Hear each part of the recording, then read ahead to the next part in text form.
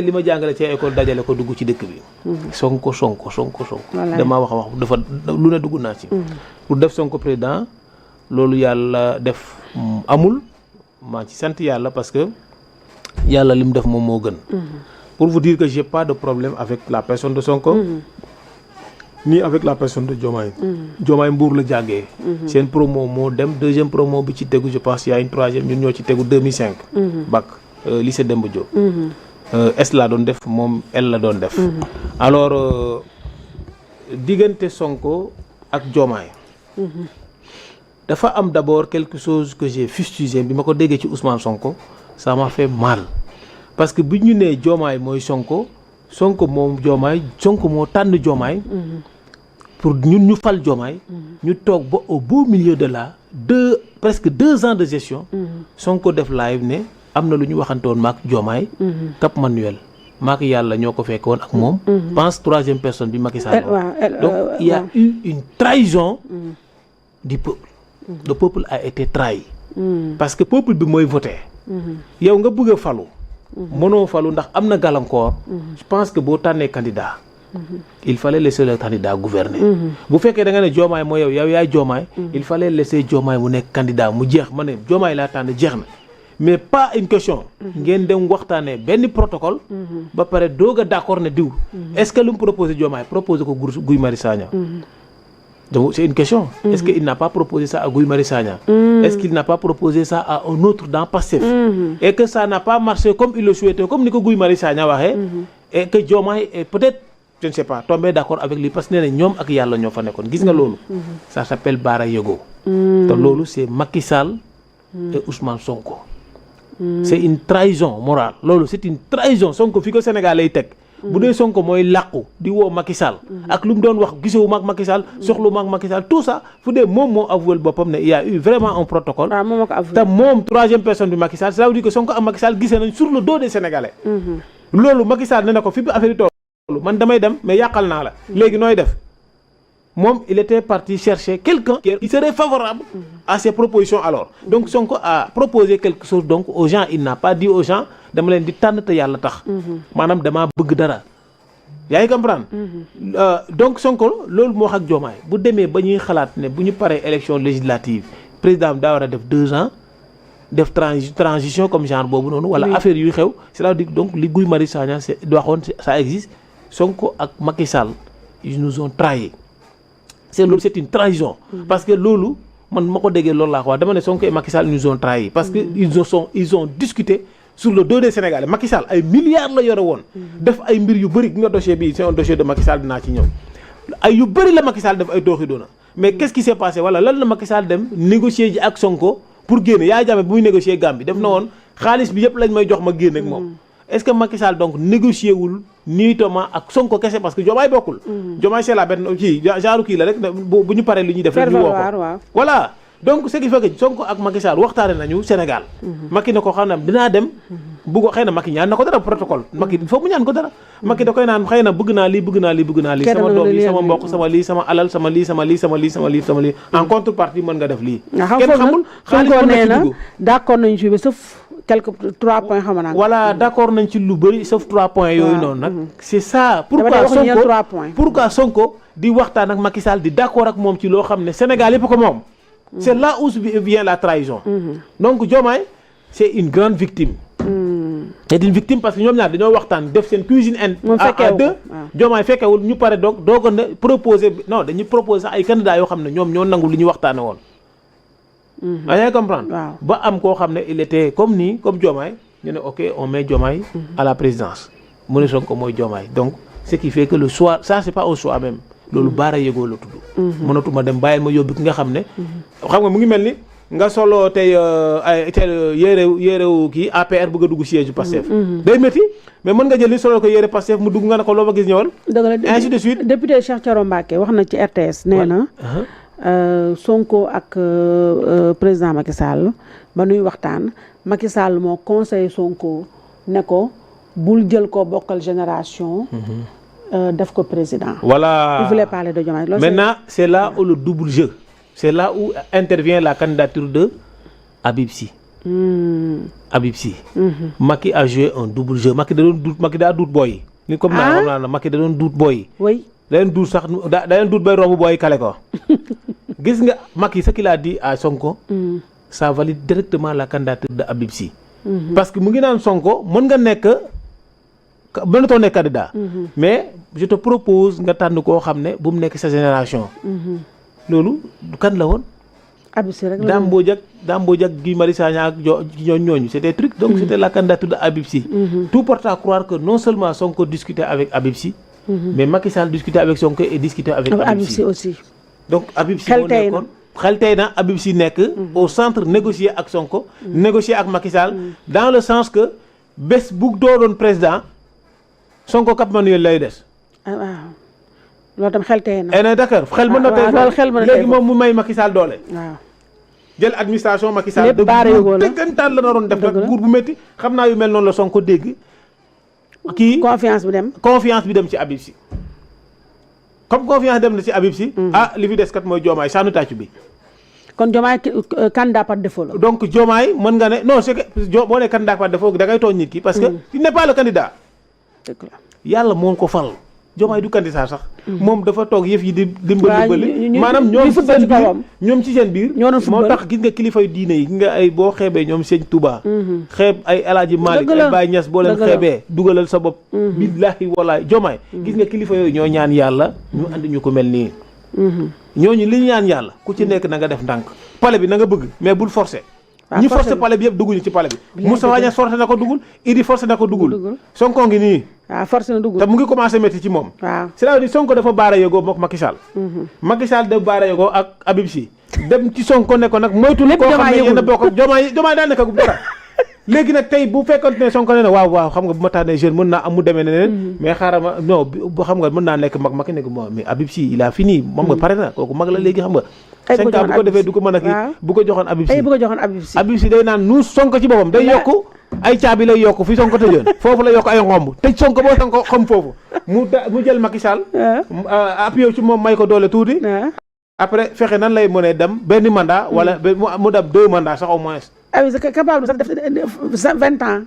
waaw def de telle sorte que sax mënoon na def de telle sorte que sax Macky Sall mooy favorable Macky Sall ñoo toog parce que Macky Sall bëggoon na nekk candidat affaire du tëj gis nga loolu ñu def noonu Diomaye est un grand c'est une grande victime c'est un innocent dëgg la daa fekk gars yi waxtaanee réew mi ba pare kaymaa yi war ñu parce que loolooy wor dañoo jam paaka ci ginnaaw ba pare doog ñu ñëw nag dof lu Diomaye il a compris ce jeu là Diomaye n'a pas trahi Sonko ano ñaan Diomaye a trahi Sonko waaw justement ci paasam mais naan Diomaye si tonte Diomaye dafa traite waa Pastef yu bari dañu ne te loolu nag usu moo ko junñu mais est-ce que dëggantaan Bougar est-ce que dëggantaan Diomaye tamit trahirul Ousmane non parce que moom ñu bëri nee nañu Diomaye neexu ba neexul waaye usu quand même moo ko joxoñ usu quand même moo ànd ak moom yëkkati loxoom te période boobu nee nañu usu bu joxoñoon benn jinax sax jinax bi mooy nekk voilà c'est que usu fan la yàqalee boppam Ousmane fan la yàqalee boppam c'est là où il a accepté avec tout ce qui s'est passé avec Macky Sall 80 morts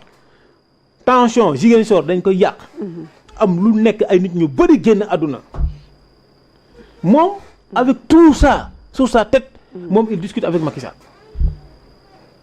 maanaam Sonko lu mu ñu doon gëm la c'était pas ça parce que mu ngi doon wax ak Macky Sall mais en aucun cas waxul nit ñi waxul waa Pastef ne waxtaan na ak Macky Sall ba fii waxu ko waa Pastef cela veut dire que dafa dem ba affaire yi commencé demee neneen mu ne leen waxoon nañu Cap Manuel te pourtant Bougane fii la nekkoon ne gars yi wax nañu Cap Manuel protocole kër Baye Sogui xaw ma voilà ñuy wax ci Bougane et cetera mais Sonko bu toogalee wax Cheikh Thioro Mbacké wax c'est là il y a un protocole gis nga loolu am baara yogoo la c'est une trahison maintenant Diomaye qu'est-ce qu'il a fait qu'est-ce qu'il a fait lui c'est le soldat utile gis nga yëf yi day takk gis nga jigéenu ndeer yi waa talaata ndeer Diomaye bu nekkoon jigéen ci jigéen ñooñu lay bokk parce que dafa gis gars yi di waxtaane Sénégal ak Diomaye nu mu gëme woon Sonko Diomaye dafa gëmoon Sonko même 2019 bu ñuy campagne yi boo nee Sonko xam nga ni Diomaye ni non def leen léegi groupe kon ñoo dem seeti ji Grace non dañ ko woo dañ ko woo Grace il était dans le travail voilà Grace bu mu ñëwee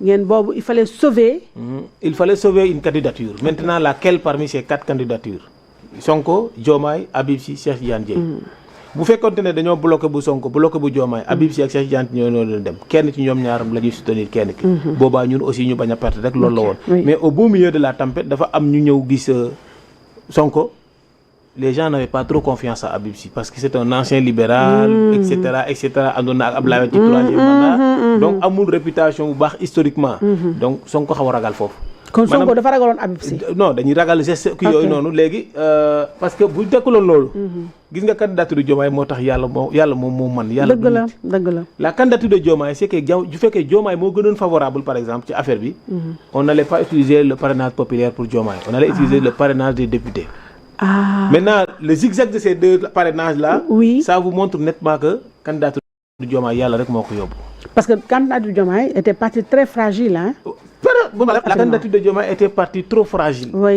yaa ngi comprendre lu ndaw rek da doon yàqu am na gis nga bi ñuy def deuxième bi ñu leen laajee ne candidature Diomaye manqué na ay parrain bi gars yi yóbbuwaat deuxième loowu parrain bi ils ont changé ay éléments ci ñi nga xam ne ñu ngi woon ci biir salle foofu tegal foofu solo sa baaraam da nga wax lu am solo da nga wax ne Habib Sy moo dem par parrainage parlementaire boo xam ne moom zéro faute direct moom Cheikh Tidiane Dièye jël bu populaire waaw direct moom citoyen je crois mu dem direct citoyen mu dem direct moom léegi Diomaye donc c'était pas mooy li nga waxoon keroog dégg naa nga wax ko Sen TV foog nga important nga foofu la affaire bi amee important c'est que si c'était Diomaye qui était choisi et c'était sincère que c'est Diomaye on n'allait pas avoir cette pléthorique de candidatures derrière Diomaye beneen bi mooy on prenait juste les députés ñu defar candidature Diomaye du ñu sonal sinon parrainage populaire bi qu'est-ce qu'il y a il y a deux risques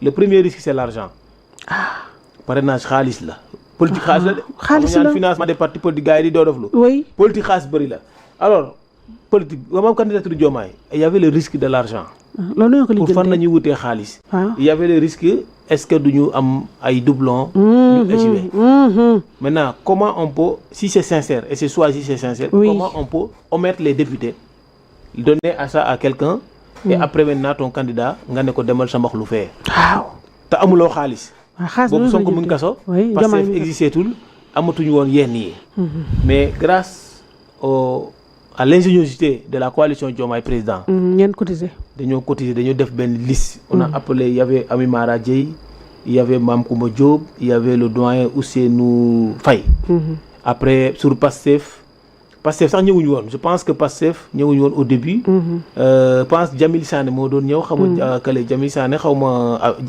kii l'autre là le maire de Kër Massar là mooy kii xamatum nu mu tudd waa ji Bilal je pense c'était Jamil ou Bilal ces deux là je pense bien c'est Jamil moo doon ñëw en ses débuts ak benn dame alors bi gars yi ñëwee di wax ne xaalis amul si kii bi Coumba Diop moo njëkk a cotiser teg si de doyen Ousseynou Faye ñu cotiser grâce yi ñëw ak il est venu bi ko gars yi décrire la situation de l'affaire il a pris 30 millions il a donné xaalis boobu moo fa nekkoon est-ce que dégg ma ko mu weddi moom Akili def na 30 millions man kay fi man yor naa kii bi man doxantuwuma 30 millions la def foofu ci coalition bi xaalis boobu la moo réussiral parrainage bi kon lii lépp da nga ko lijjanti daal pour Diomaye dañ ko lijjante dem lijjante parrainage bi mu ñëw bi parrainage bi ñëwee dem échoué de première fois mu desoon ay kii bi gars yi dëppee am na ñoo xam ne c'est des proches de Diomaye ay proches de Diomaye lañ par école par université et cetera ces gens-là ils étaient dans la salle ils ont constaté des choses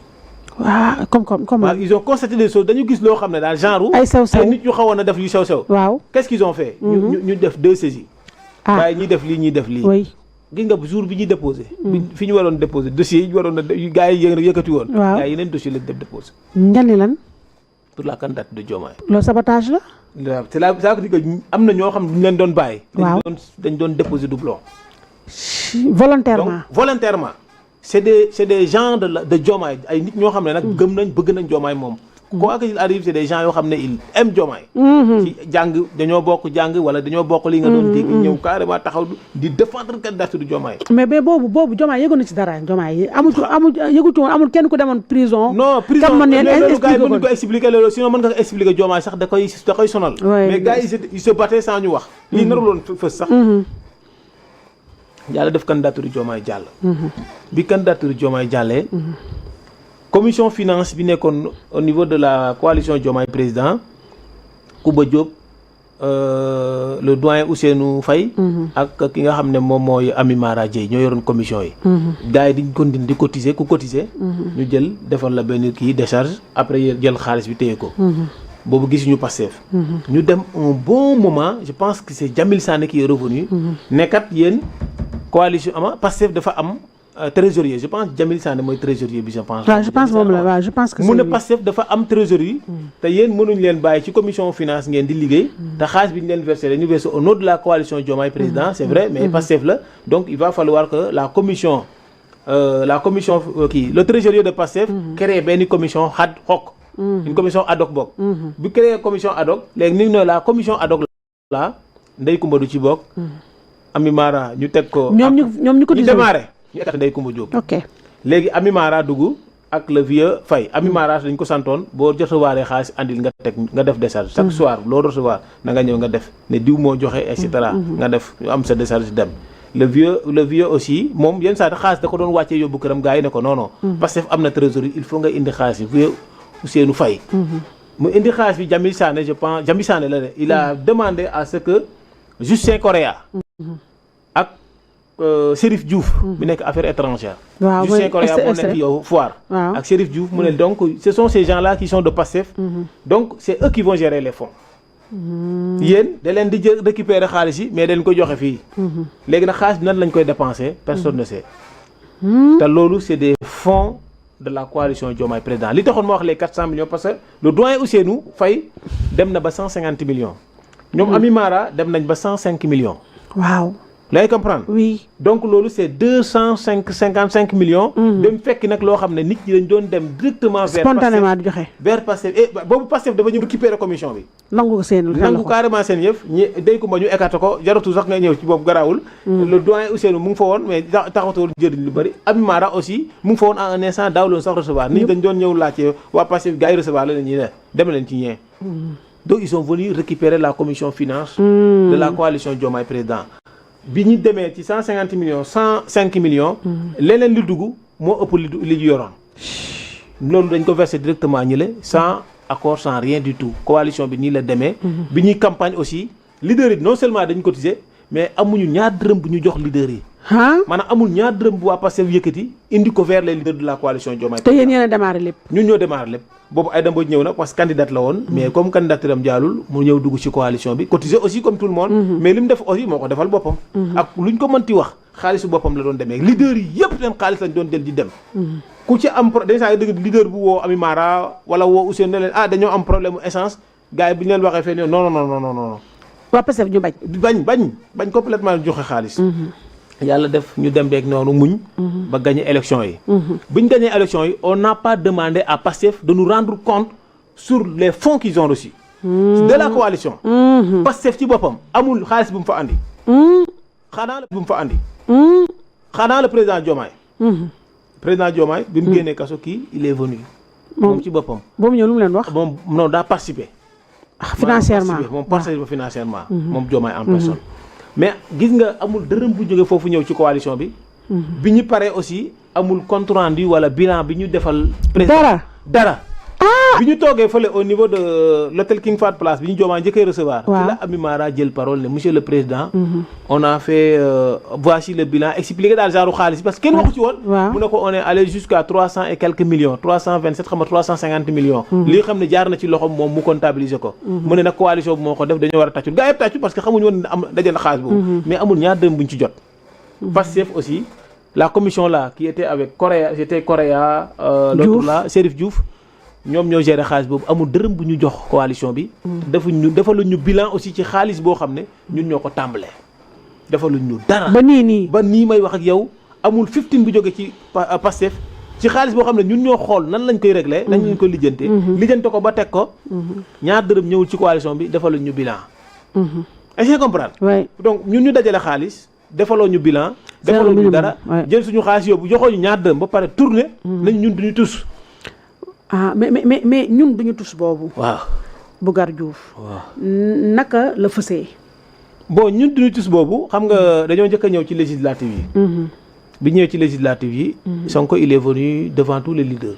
mu ne man dama leen bëgg a wax benn affaire parce que par le passé dañu amoon ay problème ci ay élection yi Pastef boppam lay demal ku bëgg a dem alors au moins c'est honnête. physiquement la ko wax foofu c'est honnête. mais après ci la gars yi jóg parce que waxu ko.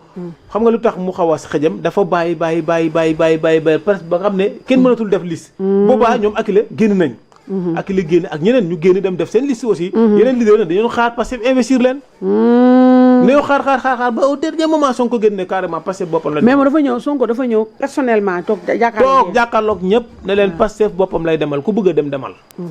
gars yi jóg yuuxu waaye tu nous as trahi. te mi ngi toog waaw mu ngi toog gars yi ne ko tu nous as trahi waaw yow da nga ñoo wor et cetera wax ba ay càgg sax xaw a jib foofu noonu man bokk naa ñoon aate ma leen non moom dañ ko jàppale ñëwaat na ne ñëw bii pa moom boppam lay demal. mais foofu bëgg te ñun jàppale nañ ko baleen ko boobu bëgg a tegal sa loxo moom Sonko ba mu ñëwee ci waxtaan boobu moom dafa am ku mu àndaloon mu wax Diomaye ñoo ànd wala kese moo ñëw seul non moom kese moo ñëw seul ak quelques nit kii am rek istafam noonu istafam boobu moo ñëwal boppam ñëw toog sol benn jëlaat bu weex bu ma juumul bu ma ñëwee loolu daa ñëw toog wax lu muy wax jàpp njàmburam gars yi aalu ay damboo jóg na leen comme moom daf ne dañ ko ñun dañ doon jàppale ay damboo sax dafa ne sàmm mën naa maye meew waaye na yem ci loolu bu dee jàpp ci gàtt gi maye borom gàtt gi moo ko moom. loolu dëgg la tamit. voilà loolu la Aïda Mbodj wax foofu noonu. ñun aussi on a compris que moom partem jóge na ci ay problème mais dafa bëgg a demal bopp ñun xamuñu quoi en fait kii wuñu noonu. affaire boobu noonu. boobu aussi Boubacar Camara est venu dans la coalition. ak ñeneen ñoo xam ne ñëwoon nañ. mu ne léegi seen dossiers yi gars yi di dossiers yi mu ne dossiers yi daal dañoo toog ba Aïda Mbodj dugal groupe bi. ne ku bëgg a bokk ci élection yi. kaay bokk. gars yi dajale ay dossiers yi toll nii yóbbu. ñu ngi nekk 250 xam nga lan gars yi dañoo dajale dossier ba nii. benn dossier la waa Pastef investir ci coalition bi. nga ni ci législative yi. waaw te kooku santam sax ci kër Serigne ci la dëkk benn dossier lañ investir. boo xam ne ci sur les 200 et quelques. nekk na député. mu ngi doon kenn benn député lañ am doon. Boubacar Camara aussi gàddu ay dossiers def nii investir kenn ci liste yi sax foofu. avec tous ces efforts. oui. te participe au législative yooyu aussi Boubacar Camara participe moom mooy 50 millions yooyu ma doon wax. li nga doon wax waaw. législative yooyu à 5 millions fundraising bi. maintenant groupe WhatsApp bi c'est quoi. waaw man loolu laa bëgg xam. voilà maintenant le groupe WhatsApp c'est quoi. c'est que boo signé woon coalition charte Diomaye président. dañ la doon dugal ci groupe Telegram. seul canal légal de la coalition c'est le groupe Telegram groupe boobu maa ngi ci ba tey. yaa ngi dégg. maintenant qu'est-ce qui s'est passé Aïda Mbodj créé groupe WhatsApp. de façon illégale aussi hein. Ah, pourquoi illégal? C'est illégal parce que ce qui n'est pas sur la charte, ce n'est pas discuté entre les leaders, c'est illégal. Groupe bobu ku ñu fa saaga wala ñu wax fa lu bon wala ainsi de suite. Boo demee ci yoon groupe bobu kenn mënu ko reconnaître parce que charte bi benn groupe la reconnaître mooy le groupe Telegram. Maintenant le groupe de Aïda Mbodj comment c'est venu et qu'est-ce qui nous a servi pour ñu liggéey. Bi ngi paré élection yi am naa ku sant Mbeng. Ku décédé Diamniadio. Ali Tunkara mon ami ne nañ ko dem jaala ji. nañu cotiser ku nekk ñun on s'est cotisé rapidement. Aïda Mbodj présenté wu ne bàyyil ma jiite ko kii bi délégation. ñu jël suñu oto ak suñu carburant ak suñu lépp dajale xaalis bi ñu dajale woon dem au nom du président de la République et au nom du premier ministre Ousmane Sonko. ñu jaale foofu def fa lu rafet ñibbisi bi ma ñibbisee ma ne leen coalition bi kat mu ngi nelaw parce que bi dañoo gagné rek gars yi tas aussi ku nekk di wut ay poste ñii jaar nii côté Ousmane Sonko ñii jaar nii côté Diomaye ñii jaar nii feneen ku nekk am foo jaar lijjanti fëlëx affaire yooyu noonu maintenant bu kooku desee dañu dajale waat ma ne leen kaay la ñu dynamiser coalition bi rek dynamiser coalition bi dox mu am njëriñ ñu nekk ci ginnaaw Sonko ak Diomaye di leen xeexal parce que buñ deful loolu qu'est-ce qui va se passer coalition bi daf fi nekk du am njëriñ non seulement mais opposition bi fi amee aussi coalition bi du mën a jëriñ nekk entre l'opposition et le pouvoir wala di fësal liggéeyu pouvoir bi gars yi ne ma woy ça c'est vrai après j'ai convoqué des gens man ma wax ak Ali Tunkara mu woo le doyen Ndir Samba Ndiaye bi ñuy fal noonu Samba Ndiaye après boobu sax amoo kat mooy Samba Ndiaye mais moom ci la bokkoon après ñu woo Mamadou Moustapha Seck woo Mamadou Aliou Diallo woo Vieux Thiane docteur Vieux Thiane woo Mamadou Ouni Touré woo le docteur Taye woo Babacar Ndiaye c'est un banquier ak Boubacar Baldé je pense amoon na benn jigéen est-ce que du Ami Mara je ne sais plus mais amoon na on était 11 ñu daal di dem ci liggéey boobu préparer charte bu bees charte de bonne gouvernance préparer ay commission yu bëri thématique charte ainsi de suite commission yu bëri le groupe là moom la ñu s'appelé woon le comité de pilotage de la coalition Diomaye président fekk Diomaye waxoon nañu aussi ñu changé no coalition bi première rencontre bi fa la jam kii hôtel King Fahd voilà léegi foofu noonu on a travaillé à changer le nom de la coalition avec une nouvelle charte commission yu bëri ñu préparer ay commission yu bëri. Maintenant qu'est-ce qui s'est passé biñ paree ñu ne naka la ñuy def dañuy dem ci Mamadou Lamine Diante wala dem ci Habib Sy. wala dem ci kan wala dem ci kat non Aïda Mbodj kenn duggoon foofu. dañ ne Mamadou Lamine Diante wala Habib Sy ma ne leen hey Aïda Mbodj mooy yaayu Sonko. c'est la présidente de la conférence des leaders kaay la ñu yóbbu liggéey bi foofu ñu ne moom non vous savez ma ne leen hey je connais là-bas un jeune. ma ne je connais un jeune qui est avec Aïda Mbodj. je préfère ñu dem ci Aïda Mbodj. après gars yi ne Aïda Mbodj fu mu dëkk ma woo le jeune là mu expliqué ñu. gars yi woo Aïda Mbodj ne mën ngeen a ñëw ñu dem bureau këru Aïda Mbodj. ñu toog ci salon ñëpp jël parole. ma jël parole ma ne ko de lii de daa gën a rafet rek parce que mënoon nañu demal suñu bopp pour coalition bi dox. ma ne ko maa ngi jàppale waa Pastef depuis 2017. mënoon naa dem xool ndax mën naa gis Diomaye wala mën naa gis El Malick wala mën naa gis kii nu ñu ko waxatee Sonko. ñu defee noonu mais on a préféré venir vers vous mais nag bindoon nañ lettre aussi jox ko kenn Boubacar Baldé ne ko demal jox ko Ousmane Sonko pour informer ko parce que Pastef c'est la locomotive mënuñu def dara ci ginnaaw te informer wuñ ko te xamuñ ndax Aïda Mbodj dina ko informer te Boubacar Baldé boobu moo ñu wax Aïda Mbodj xam na ko parce qu'il a fait le PS mu ne xam na Aïda Mbodj il faut ñu informer Sonko ñu ne acca ñu def noonu Aïda Mbodj ne l'affaire est bien bon dugal leen ma ci groupe WhatsApp ñu créé benn groupe WhatsApp bu 11 personnes yéen a ko créé benn copil groupe boobu lañ tuddoon copil groupe 11 personnes le groupe des 11 personnes là ñu liggéey dem Aïda Mbodj dugal Aïda Mbodj nañu dugal ko kenn dama doomam la xaw ma Cheikh naa ñu dugal ko ñu nekk 13 ñu nekk 13 une semaine moo passé Aïda Mbodj woote benn réunion ñun aussi ñu yaakaar na c'est le groupe des 13 ñu àgg fekk salle bi fees mooy la kii permanence Diomaye bi nekk fii jëppal fees ma génn woo Ali ma ne ko mais ça c'est quoi mu ne ma non maire bi ne daa élargir ma jël parole ma ne ko élargir de baax na mais est-ce que ñi nga élargir ils savent faire le travail qui est demandé parce que coalition warta nekk rek nombre bi temps la rek mais qualité wu nit ñi fi nekk ñan ak ñan lay ñu test leen informaticiens yi kii planificateurs yeeg ainsi de suite ñu xam hydraulique ñu xam li santé tout pour dimbale parce que dañu bëggoon def ay commission yoo xam ne thématique yoo xam ne ñii dañuy dem ministère de la santé ñii dem ministère de l'énergie ñi dem mine ñi dem pétrole ñi transport ainsi de suite parce qu'il y a que des cadres dans la coalition ay anciens diplomates anciens recteurs d'anciens professeurs d'université et cetera ñu bëggoon def liggéey boobu léegi Aïda Mbodj bi mu étendre ñu ñëw bokk ci réunion bi aussi comme si rien n'était comme ay jeunes lañ mais dañoo dem ba affaire bi sori je pense dafa def 2 jours 3 jours Aïda Mbodj génn suñu groupe bi. c'est groupe 13 bi. 13 bi génne booy boobu la veille damaa yeewu gis groupe coalition Diomaye président conférence des leaders. groupe WhatsApp. mooy bu bees bu mu créé bu bees dugal ci leader yëpp. dugal ci leader yëpp non seulement mais groupe liggéey bu ñu doon liggéey te daan ko laq pareeguñu. mu daal di koy dugal ci biir groupe bi donc c'est devenu affaire truc mu woote benn réunion gars yi ñëw dal suñu kaw oui vous avez fait des choses nous pourquoi vous n'avez pas informé je pense que loolu mu defoon c'est pas ndax da ko def pour ñu dénigrer ñu wala xamal lan la mais gars yi après dañoo ñëw dal suñu kaw ma jël parole ma ne la hey les pratiques de Yewwi Askan Wi il n'en aura pas ici Yewwi Askan Wi vous avez trahi je pense c'est le document là oui gis nga Diomaye bi mu njëkkee ñëw nekk président daa jël benn décret ne la direction générale de la planification et des politiques économiques mooy DPPPE xam nga ministère yi ñu fal yëpp dañoo am budget fonctionnement ak budget d'investissement oui le budget de fonctionnement mooy salaire yeeg yu demee noonu le budget d'investissement mooy projet yi ñuy defar daan ko déposer au niveau de la direction générale de la planification et des politiques économiques ministère yëpp foofu lañ doon déposer seen projet ñoom ñëpp le département là c'était au niveau de ci kii la bokkoon ci Cheikh Diba la bokkoon ministère des finances oui ci la Diomaye signé un décret liggéey bi nga xam ne c'est la direction là qui devait le faire pour tous les projets soient déposés à la direction sous la supervision du ministre de l'économie et des finances Cheikh Diba Diomaye dafa signé benn décret boo xam ne Ousmane Sonko primature léegi les projets de tous les ministres primature lañ koy xel di déposer ah bon décret boobu Diomaye moo ko signé il a signé un décret pour que les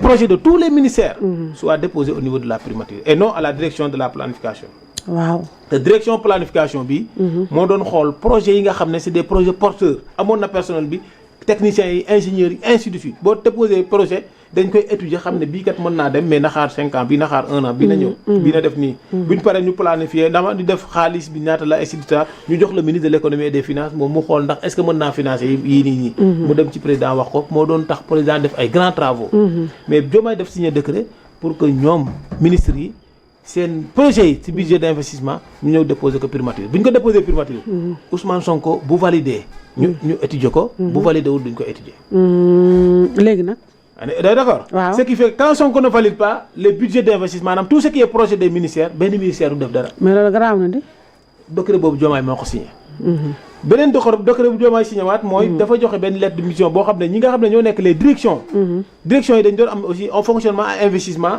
di dem ci direction bi di wut xaalis pour ñu wuti xaalis bitim réew affaire yooyu mën na leen déposer leen au niveau de la primature donc Sonko il a tous les projets de tous les ministères bu déposé wul mu gis nga keroog mu naan nañu déposé mais ministères yi bu ñu déposé seen projet bu fekkente ne Sonko mu ngi xalaat 2029 parce que dafa ne je suis éligible et je suis candidat à toutes les waaw loolu la wax waaw moo ko wax donc ce qui fait que bëgg naa dem 2029 est-ce que dëkk bi bu doxee bu baax gars yi duñu naan Diomaye moo doxal dëkk bi est-ce que loolu du xajal candidature xajam candidature Ousmane Sonko 2029 kon bu Diomaye réussir mën naa xajamal candidature mën naa xajamal même bu demee mën naa am du am njëriñ nit ñi mën nañ doon conseiller ko ne bés bu dëkk bi doxee nu mu war a doxee doo fa amati njëriñ 2029 donc Ousmane su ma donc projet yi ministères yi dindi yëpp Ousmane Sonko bu ko neexee doxalee noo xam ne projet yooyu noonu dañuy nelaw foofu mu jàpp njàmburam ministre yi duñ def investissement dañuy xel di li fi Macky Sall bàyyi woon plus seen fonctionnement jeex na même Ousmane ministre toog di photo la mais Ousmane moom Bougara naqarul na ne ministre yeeg DG yi kenn rendu ko compte yëgatul li xew kenn boole ko ci dara keroog fii semaine bii passé su ma juum pas rendre compte moom nee na Ousmane ba tey nee na wax na ministre yëpp jox na leen ordre nañ ñëw ku nekk na ñëw wax li nga bëgg a def li nga nangam ba pare aussi waaw ba pare nee na Ousmane tamit dem na plus loin nee na Diomaye le vrai problème du moom Diomaye entourage am baaxul pale ba dafa jël ñoo xam ne nii loolu la wax ne naa ko leeral waaw naa leeral loolu gis nga ministre yi présentement fii lañ doon déposer seen projet yi la direction de planification des politiques économiques moom moo yoroon tous les projets de tous les ministres bu ko étudier yóbbu ko Cheikh di ministre de l'économie et des finances ministre de l'économie Idriss xool ce qui est faisable ñu def ko Diomaye décret bu mu signé da ko jël liggéey bii jox ko primature la primature ne dispose pas de personnel pour faire ce travail là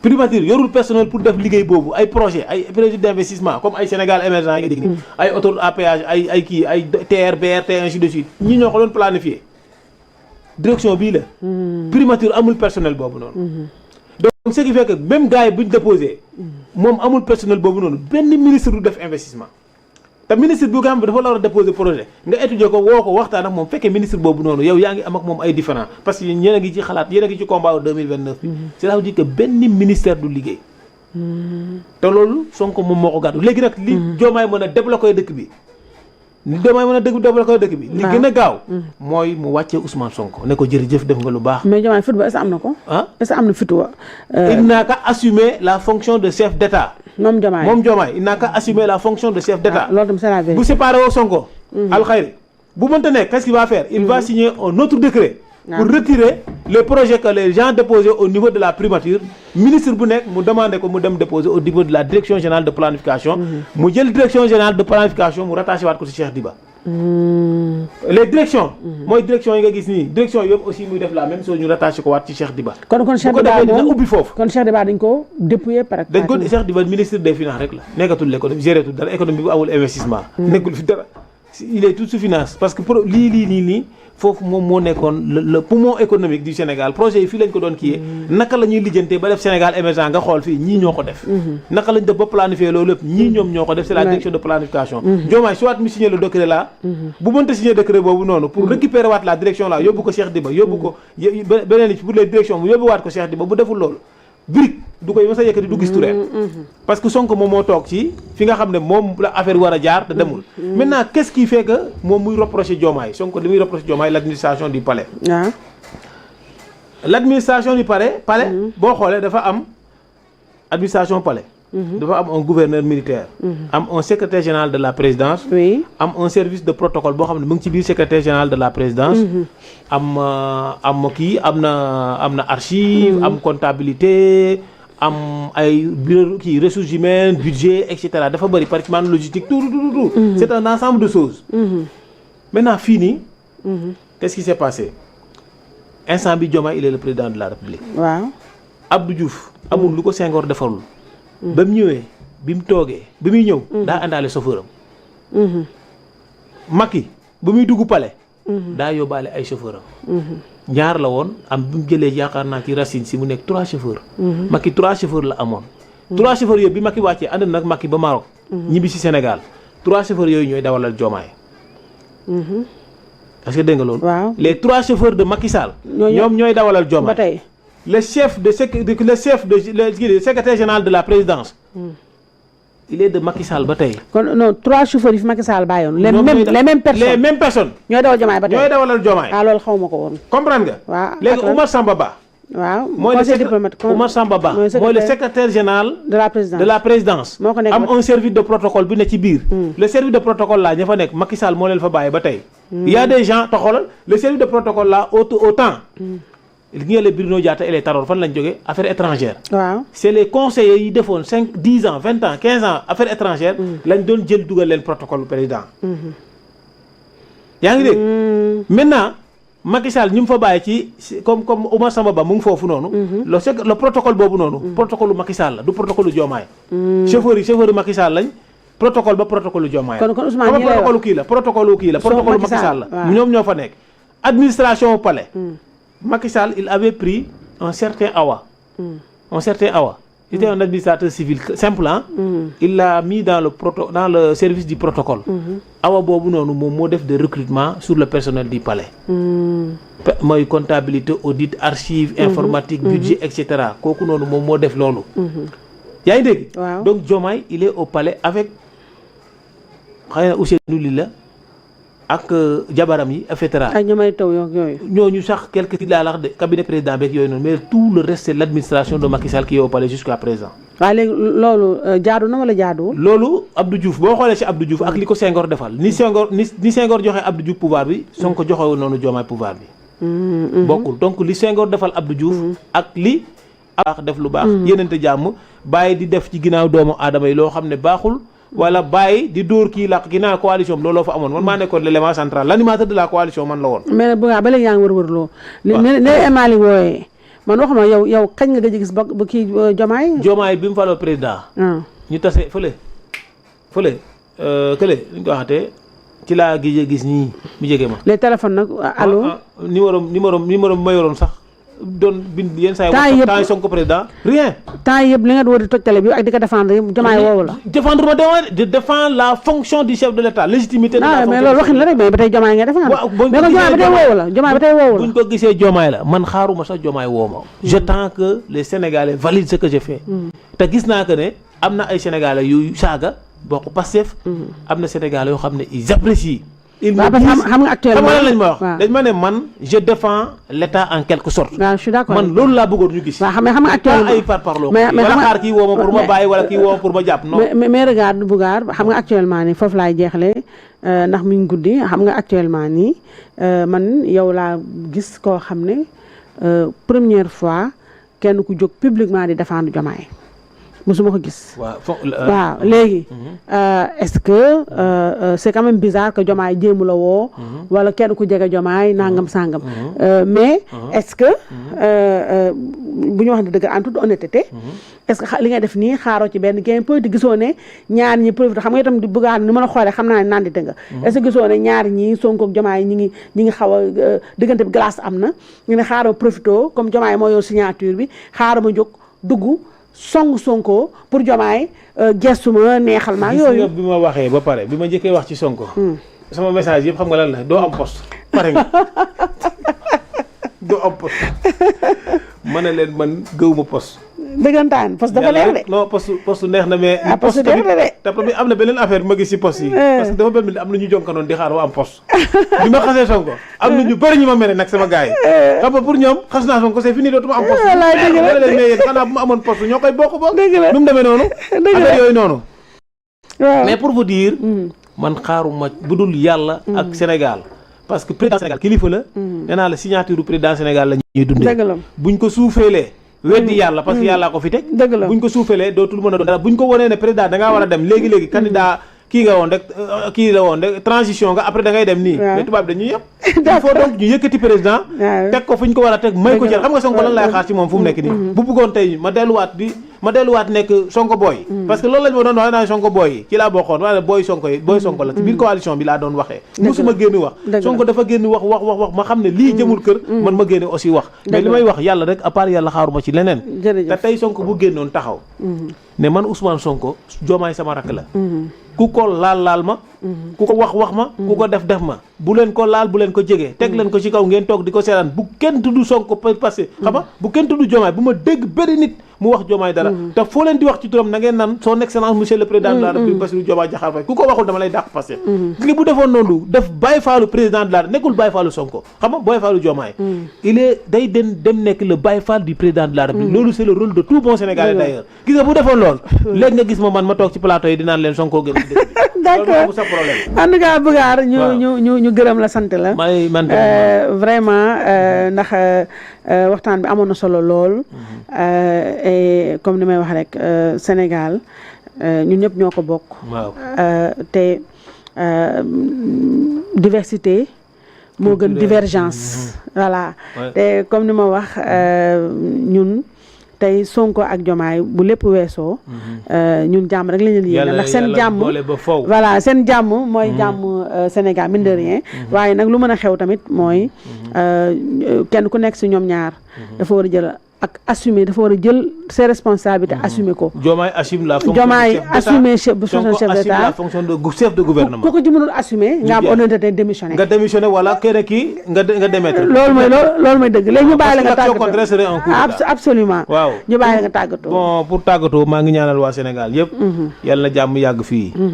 dëkk bi nag ñun ñoo ci nekk de parce que man maa ngi ci pouvoir bi. dëgg la ni ci Sonko amee mérite toog demul man maa ngi ci pouvoir bi toog dëgg la buñ ma jàppee opposant aussi opposant la ci biir pouvoir bi. dëgg la parce que opposition déjà amul. dëgg la kii ñoo fa nekk ay mannequin ñoo fa nekk je ne sais pas les gars. yaa ngi tooñ ñoom Ameth Ndoye ñoo nekk ci opposition bi. tooñ kat alors fu mu nekk nii. maa ngi ñaan aussi li nga xam ne moom laa doon tiitaroo. ba ku ma gis. da nga doon daw jox ma loxo. mooy le tandem Diomaye Sonko. maa ngi koy ñaan ba màkk. yal na yàlla def ñu ànd ba faw waxtaanu nañ ba juboo ba ñu am lii. man sama tiitar mooy ñu ànd. coalition Diomaye président. tiitaram mooy Sonko ak Diomaye ànd bés bu demee neneen yàlla na bu mu am. coalition boobu doon mais coalition Diomaye ban tur la bëggoon ngeen tuddee ko. non waxuloon tur mais ñun demoon nañ ba bëgg ko changer jubal jubanti loolu lañ defoon. coalition toise yi. demoon nañ ba proposé jubal léegi Diomaye ban raison leen waxoon pour ne moo taxoon ngeen bëgg. non c'est que moom dafa ne woon xam nga Diomaye il est trop modeste. def na woon bon je souhaité coalition bi sax ñu changer tur bi ñëpp mën cee bokk. pour bañ ko personnaliser xam nga da ngay personnaliser comme nekk naa président je souhaité ngeen changer nom bi après ñëpp bokk ci coalition bi. loolu la waxoon mais bi ñu defee travaux yi je pense que Aïda Mbodj moom la joxoon Sonko. travaux yu avancé wul. le gars qui faisait la synthèse mooy docteur boobu liggéey ak Macky Sall Sonko def ko conseil technique je pense bien. d'accord donc daal di jégalu. jullit laa nit laa. su ma sañoon li ma fi wax yëpp. day baax ci seen day lépp lu baax lay doon. dëgg la waaye fépp foo xam ne juumee naa fa jàpp leen ne yàlla moo ma fa def nit. téye place su yàlla du ma ko mos a àgg. alors ñi nga xam ne ñooy kulunaa yi def ay plainte jënd naa benn saak bu rëy pour convocation yi ku indi plainte ma dugal ko ci convocation boobu maa ngi di xaar. mais kulunaa yi sa bokk ma ci kulunaa yi dafa yàlla ci boppam moo ma tiim. man du ma dóor kenn làq kenn. du ma teg sama yaakaar. si yàlla laa ko teg. seen Tuubaa jeex na. tegu ma ko ci benn doomu aadama. du ma wax Sonko lu ñaaw pour neex kenn du ma wax Diomaye lu ñaaw pour neex kenn. Sénégal rek na doon Sénégal ba faw du nuyu kilifa diine yi. di nuyu kilifa aada yi di nuyu waa kër gi aussi. di leen sant den gërëm kër gi. li sëñ Tuubaa ne mun na alay xari isil xuruuf ci waqaana bi ma yafuxu zanna min maqruuf mooy yàlla na nga am lu kawe sa amiin balaa ma fi ñëwaat déwén mu doon benn grâce déwén sori na ñu nekk ci kaw a kaw nag amiin yaa rabbi te incha allah Diomaye ak Sonko ànd aussi moom bu ma ñëwee ma mën a wax ci diggante bi amiin yaa rabbi kontaan naa vraiment Bougar comme li ma wax fii sa kër la yaa ngi naan déwén waaye ñamaa ñaan yàlla balaa déwén macha allah nga ñëwaat fi fii nga def ko sa makkaan maa koy boobu amu si problème tànk Diomaye ak Sonko ci dëkk bi naa da ñëw moom du ci bokk amul benn problème vraiment ñu kontaan lool parce que accordé nga ñu dëgg-dëgg entretien spécial te buñ ko nee spécial vraiment spécial la ndax te yaatal nga fi yu bëri yoo xam ne cofan nga ko dugg nga fi te Sénégal yi tamit découvrir nañ la te lii moo tax a jóg Public SN TV mooy këru ñëpp la dañuy jéem a dox ci dëgg jéem nag laa wax ndax dëgg yàlla moo ko moom dañuy ñaan yàlla ñu fexe rek ba nekk ci li ko neex bu ñu juumee tamit ñu xam ne ay mindaafun lañu nit rek lañu mën nañu kuy wax mooy juum waaye li ñu ci jublu mooy gindi yeete tasaare faram-fàcc nit ñi xam li xew ci réew mi yow itam Bougar ku am mérite nga ndax wax dëgg yàlla am nga courage yu wax sa xalaat ni mu gën a rafetee ni mu gën a yembe léeg-léeg nag mu am rëkk-rëkk ndax séeréer nga doo olof te xam naa bu doo olof bu séeréer ngay làq doo am benn rëkk-rëkk waaye loolu mooy richesse su Sénégal macha allah di gërëm ñëpp nag sunu public note yi ñi nga xam ne toog nañu boobu ba léegi di ñu di seetaan macha allah ma jël lépp nag tey teg ko ci loxo maman muy mën a sekk sama marraine yi May Thiaw ak Marie Jo Kane